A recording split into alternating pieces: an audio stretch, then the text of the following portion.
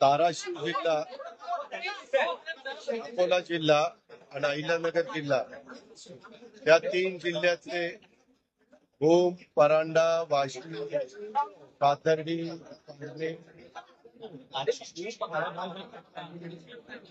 त्याचबरोबर अकोला या भागातले अनेक कार्यकर्त्यांनी राष्ट्रवादी काँग्रेस पक्षामध्ये प्रवेश केला. त्यांच्या पक्षप्रवेशाच्या करता मी आलेलो होतो. त्याच्यात विशेषतः माजी आमदार राहुल भैया मोठे हे आणि असंख्य कार्यकर्ते, मग काही सभापती, माजी वेगवेगळ्या जिल्हा परिषद, तालुका पंचायत, नगरपालिका, महानगरपालिकेचे सन्माननीय पदाधिकारी सध्या त्या निवडणुका पुढच्या काही काळामध्ये होणार असल्यामुळं आता बहुतेक सगळ्या ठिकाणी माजी पदाधिकारी आहेत आणि या सर्वांनी आम्हा लोकांच्या बरोबर राष्ट्रवादी काँग्रेस पक्षामध्ये काम करायचं ठरवलेलं आहे आणि आम्ही सगळेजण मिळून चांगल्या पद्धतीनं काम करण्याचा निर्णय हा घेतलेला आहे. त्याचा मनापासून समाधान राष्ट्रवादी काँग्रेस पक्षाचा अध्यक्ष या नात्याने माझ्यासारख्या कार्यकर्त्याला आहे आणि त्यामुळं आज मंगळवारचा दिवस बहुतेकदा पक्षप्रवेशाचा कार्यक्रम असतो, त्याच्यामध्ये आज आम्ही बऱ्याच जणांना पक्षप्रवेश दिलेला आहे. दादा, आगामी काही काळामध्ये अजून याच्यापेक्षा मोठे पक्षप्रवेश होण्याची शक्यता आहे का? कारण सर्वच राजकीय पक्षामध्ये वेगवेगळे मान्यवर पक्षप्रवेश करतायत, तुम्हाला पण माहिती आहे. सर्वच राजकीय पक्ष, सत्ताधारी पक्षाचे राजकीय पक्ष असतील, जास्त करून सत्ताधारी पक्षाकडं असणाऱ्या पक्षांच्याकडे येण्याचं प्रमाण हे आपल्याला जास्त पाहायला मिळतंय. परंतु त्यांना आम्ही बेरजेचं राजकारण जे स्वर्गीय यशवंतराव चव्हाण साहेबांनी केलंय त्या पद्धतीनं आम्ही देखील बेरजेचं राजकारण करतोय. शेवटी सगळ्यांना बरोबर घेऊन जायचंय. राज्याचा विकास झाला पाहिजे. देशाचे पंतप्रधान नरेंद्र मोदी साहेबांच्या नेतृत्वाखाली केंद्र सरकार काम करत असताना त्याच्यामध्ये आपला राज्य देखील विकासाच्या बाबतीमध्ये आघाडीवर असलं पाहिजे. त्या पद्धतीनं आमचं सगळ्यांचं मुख्यमंत्री असतील, दोन्ही उपमुख्यमंत्री असतील किंवा बाकीचे सगळे आमचे मंत्रिमंडळातले अधिकारी असतील किंवा वेगवेगळे आमचे जे काही राजकीय पक्ष त्यांचे पदाधिकारी असतील यांचं काम चालू आहे. दिनेश वाघमारे जे राज्याचे निवडणूक आयुक्त आहेत ते नाशिकमध्ये होते. विभागीय आयुक्तांबरोबर त्यांनी बैठक वगैरे केली आहे. स्थानिक स्वराज्य संस्थांच्या निवडणुका दिवाळीनंतर होऊ शकतात आणि स्थानिक स्वराज्य संस्थांच्या निवडणुकीमध्ये व्हीव्हीपॅट नसणार आहे. अर्थात तुम्ही मतदान केल्यानंतर जी पर्ची मिळत होती, पर्ची तुम्हाला दिसत होती, ती या सगळ्या स्थानिक स्वराज्य संस्थांच्या निवडणुकीवर नसणार आहे असं दिनेश वाघमारेंनी सांगितलं. हा पूर्णपणे निवडणूक आयोगाचा अधिकार आहे, राज्याच्या निवडणूक आयोगाचा.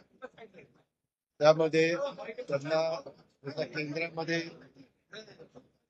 निवडणुका चालतात, ते इलेक्शन कमिशन त्यांच्या नेतृत्वाखाली चालतात. तसं आपल्या राज्यातल्या निवडणुका वाघमारे यांच्या नेतृत्वाखाली होणार आहेत.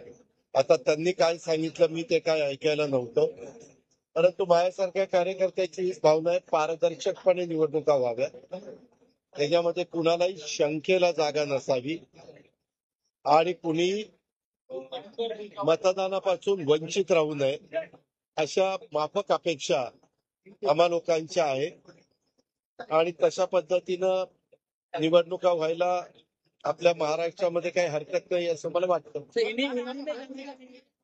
दादा, माधुरी हत्ती असेल किंवा कबुतरांच्या संदर्भातला प्रश्न असेल, त्या बैठकीमध्ये तुम्ही देखील होता. काय बैठकीमध्ये निर्णय? त्या दोन्ही बैठका मुख्यमंत्र्यांच्या अध्यक्षतेखाली झाल्या.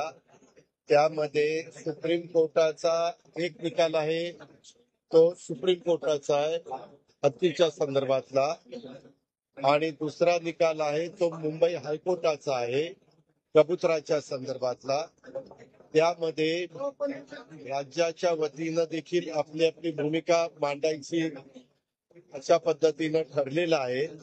परंतु त्या संदर्भामध्ये निकाल दिल्यानंतर इथलं जे काही आश्रमामधले सहकारी आहेत त्यांच्या वकिलांनी ती केस व्यवस्थितपणे मांडावी. आता मी आपल्याला सगळ्यांना सांगेन, आपल्या महाराष्ट्रामध्ये गेले अनेक वर्ष परंपरा चालत आलेली आहे. आपल्या वेगवेगळ्या राज्यामध्ये जी पूर्वीचे एक रूढी चालत आलेले आहेत, त्याच्यामध्ये तुम्हाला माहिती आहे की तासगावला तिथं हत्ती आहे. नंतर तुमच्या सातारा जिल्ह्यामध्ये औंधा तिथं हत्ती होता. माझ्या माहितीप्रमाणे ज्योतिबाच्या तिथं पण हत्ती होता. असे वेगवेगळ्या ठिकाणी हत्ती पाळण्याची परंपरा ही वर्षानुवर्ष चाललेली आहे. आपल्या कराड तालुक्यामध्ये देखील पालीला तिथं पण हत्ती ठेवण्याची परंपरा होती. पण आताच्या काळामध्ये एक सुप्रीम कोर्टाने निकाल दिलेला आहे. त्या निकालाच्या संदर्भामध्ये तज्ञांचा सल्ला घेतलेला आहे. वकील असतील किंवा ऍडव्होकेट जनरल या सगळ्यांचा सल्ला घेऊन मला एवढंच वाटतं की त्याच्यातनं खूप मोठ्या प्रमाणावर जनतेच्या भावना त्या दुखावल्या गेलेल्या आहेत आणि ती भूमिका ही सुप्रीम कोर्टामध्ये मांडण्याची गरज आहे. तुम्हाला सगळ्यांना आठवत असेल पत्रकार मित्रांनो, मागे आपल्याकडे बैलगाड्यांच्या शर्यती देखील बंद केलेल्या होत्या, परंतु त्यामध्ये अनेकदा कोर्टामध्ये जाऊन आपली बाजू मांडण्याचा प्रयत्न, शेतकऱ्यांच्या वतीनं बाजू मांडण्याचा प्रयत्न, सरकारच्या वतीनं बाजू मांडण्याचा प्रयत्न झाला आणि त्या प्रयत्नाला यश आलं. अलीकडच्या काळामध्ये आपल्या इथं 32 शिराळा त्याही भागामध्ये नागपंचमीला मोठ्या प्रमाणावर नागाची पूजा केली जायची. तिथं नंतर ते नाग सोडून दिले जायचे, परंतु मधी सुप्रीम कोर्टाच्या आदेशाप्रमाणे काही काळ ते थांबलेलं होतं.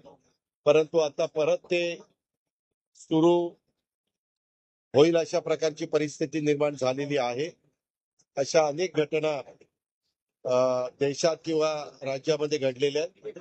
तशा पद्धतीनं कोल्हापूर जिल्ह्यातल्या तमाम नागरिकांच्या त्या हत्तीणीच्या बाबतीमधल्या भावना फार तीव्र आहेत आणि त्याच्यामुळे खूप मोठं शिष्टमंडळ त्या भागातले दोन्ही तिन्ही खासदार, माजी खासदार, विद्यमान आमदार, माजी आमदार, मंत्री प्रकाश आंबेडकर किंवा हसन मुश्रीफ साहेब असे अनेक मान्यवर आजच्या मिटिंगला होते आणि त्यांनी आपापली भूमिका मांडली.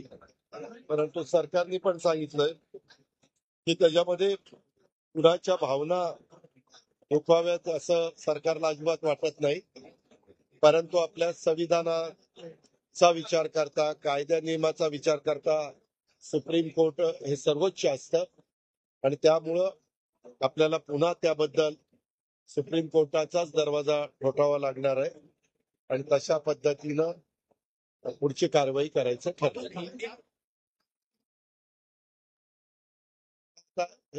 आता वेगवेगळ्या प्रकारे तुम्ही जर सुप्रीम कोर्टाची ऑर्डर बघितली तर तुमच्याही लक्षात येईल.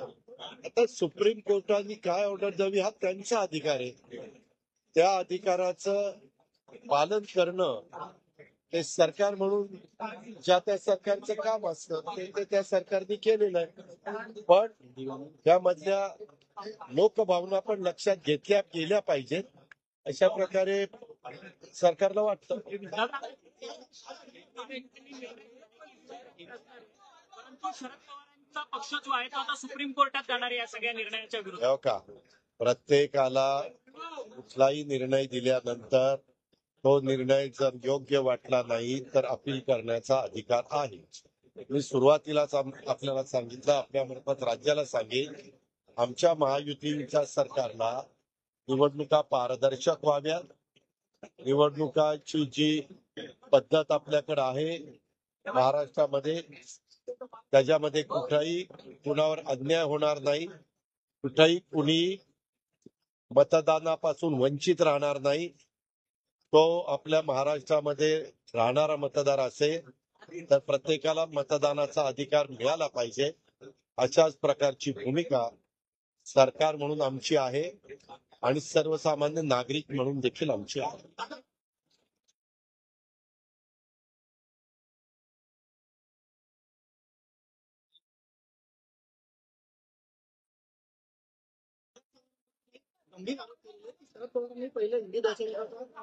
हो का?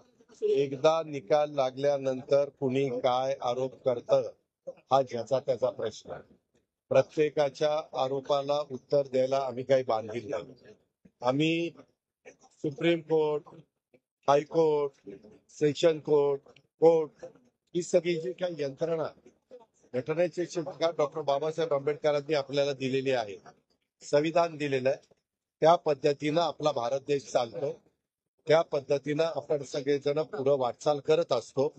आता कुठलाही निकाल आला तर प्रत्येकाला व्यक्ती स्वातंत्र्य, मत स्वातंत्र्य ते त्यांचं म्हणणं मांडू शकतात. त्याला आता कुणी त्या गोष्टीचं कदाचित समर्थन करतील, कुणी त्याला विरोध करतील. परंतु मला तुम्ही विचारलं तर मी न्याय देवतेने दिलेल्या निर्णयाचा आदर करणारा मी कारण. महत्वपूर्ण पक्ष प्रवेश हुआ है क्या है उसको और आने वाले इलेक्शन में उसका कैसा फायदा है? क्या है, आज हमारे धाराशिव डिस्ट्रिक्ट, अकोला डिस्ट्रिक्ट और अहिल्यानगर डिस्ट्रिक्ट, ये 3 डिस्ट्रिक्ट के रूम, परांडा, वाशी, फिर पाथर्डी, आर्ने, अकोट, ऐसे अलग अलग जो तालुका है, उस तालुका के बहुत से साथियों ने राष्ट्रवादी कांग्रेस पार्टी में प्रवेश किया है. उसमें एक्स एमएलए मिस्टर राहुल भैया मोटे, इन्होंने बहुत साल भूम परांडा वाशी का प्रतिनिधित्व किया है. हमने सबने एक साथ बहुत साल काम किया है. वो एक अच्छा वहाँ का विधायक के नाते उन्होंने काम किया है और सबको साथ लेके वो आगे जाना चाहता है. इसीलिए उनके नेतृत्व में वहाँ के बहुत सारे कार्यकर्ताओं ने आज राष्ट्रवादी कांग्रेस पार्टी में प्रवेश किया है. वैसे ही हमारे यहाँ अकोला में हमारे पार्टी के प्रेसिडेंट हुए, फिर अमोल मिटकरी है, उन्होंने कोशिश की. वहाँ के कुछ साथियों ने राष्ट्रवादी में प्रवेश किया. फिर हमारे काशीनाथ दाते एमएलए है, फिर वहाँ के अशोक सावंत और बाकी हमारे कार्यकर्ता है, पार्टी के प्रेसिडेंट है, उन्होंने सबने कोशिश की और इसमें पारनेर और पाथर्डी ये 2 तालुका के लोग, उन्होंने बहुत सारे लोगों ने प्रवेश किया. आपने अभी देखा बहुत से लोग आए थे और उनको सबको हमने प्रवेश दिया.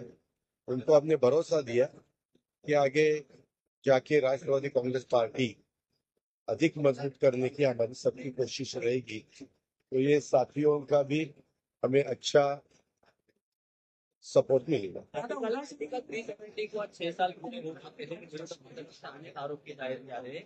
आर्टिकल 370 को 6 साल पूरे हो चुके हैं, विरोधक की तरफ से अनेक आरोप किए जा रहे हैं कि इस जो आर्टिकल जो अबॉलिश किया गया तो उसकी वजह से सिर्फ फायदा ही बीजेपी का है, बाकी पूरा नुकसान जम्मू कश्मीर का ही होता है. नहीं, जम्मू कश्मीर के लोगों ने कब कहा कि नुकसान हुआ है? ऐसा नहीं है. हम अपने देश में जब रहते हैं तो जम्मू कश्मीर से कन्याकुमारी तक सबको एक जैसा कानून होना चाहिए. बहुत साल उसके बारे में चर्चा हो रही थी. तो बाकी स्टेट के लिए अलग कानून और इस स्टेट के लिए अलग कानून, ये बहुत लोगों को मंजूर नहीं था.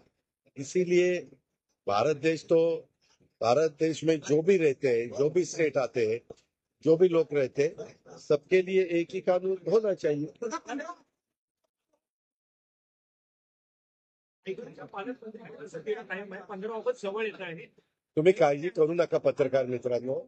ज्यावेळेस आम्हाला म्हणजे राज्याच्या प्रमुखांना रायगड आणि नाशिक हे पालकमंत्री पदाचं जाहीर करायचंय, तो सर्वस्वी अधिकार हा मुख्यमंत्र्यांचा असतो. मुख्यमंत्री योग्य वेळी ते जाहीर करतील, म्हणून कुठलंही काम थांबलेलं नाहीये. डीपीसीचे जो काही निधी आहे तो निधी त्या त्या जिल्ह्याला देण्याच्या बद्दलच्या सगळी कार्यवाही करण्यात आलेली आहे आणि सरकारच्या वतीनं तिथं पालकमंत्री जरी आत्ताच्या घडीला नसले तरी कोणी ना कोणी कोणाला तिथे नेमणूक मंत्रिमंडळातल्या सहकार्याची केली जाईल. आणि नाशिकलाही आमच्या देवेंद्र फडणवीस साहेबांच्या मंत्रिमंडळातली एक व्यक्ती जाऊन नाशिकला झेंडावंदन करेल आणि रायगडला पण सीएम साहेब ज्याला नेमतील ते तिथे झेंडावंदन करेल. संबंधित 2000 वर्ग किलोमीटर भारत ने कब्जा किया है चाइना के जगह को, उसे किस तरीके से इनके सुप्रीम कोर्ट ने इस पर फटकार भी लगाई? नहीं, ये देखो, हमेशा जिसको भी कुछ बोलना है या आरोप करना है तो उसके बारे में प्रूफ होना चाहिए, पुरावा होना चाहिए. आप देखो, जो भी उनका स्टेटमेंट आया उसके बाद कोर्ट ने क्या डिसीजन दिया. कोर्ट का डिसीजन तो फाइनल डिसीजन रहता है, नंबर 1. नंबर 2, आपने अगर महाराष्ट्र में देखा तो महाराष्ट्र में भी अपोजिशन के बहुत से लोग, कुछ उनके पास प्रूफ नहीं है और वो आरोप करते हैं यहाँ ये हुआ है, वहाँ वो हुआ है, ये ऐसा हुआ है, वो ऐसा हुआ. हम ये गवर्नमेंट बहुत अच्छी तरह से हमें मेजोरिटी मिली है महायुति सरकार को. देवेंद्र फडणवीस जी के नेतृत्व में एकनाथराव शिंदे जी है, मैं हूँ और बाकी हमारे सब साथी हैं. हम सब अच्छी तरह से गवर्नमेंट का काम कर रहे हैं. आज भी हमारी कैबिनेट हुई, कैबिनेट में भी बहुत अच्छे डिसीजन हमने लिए हैं.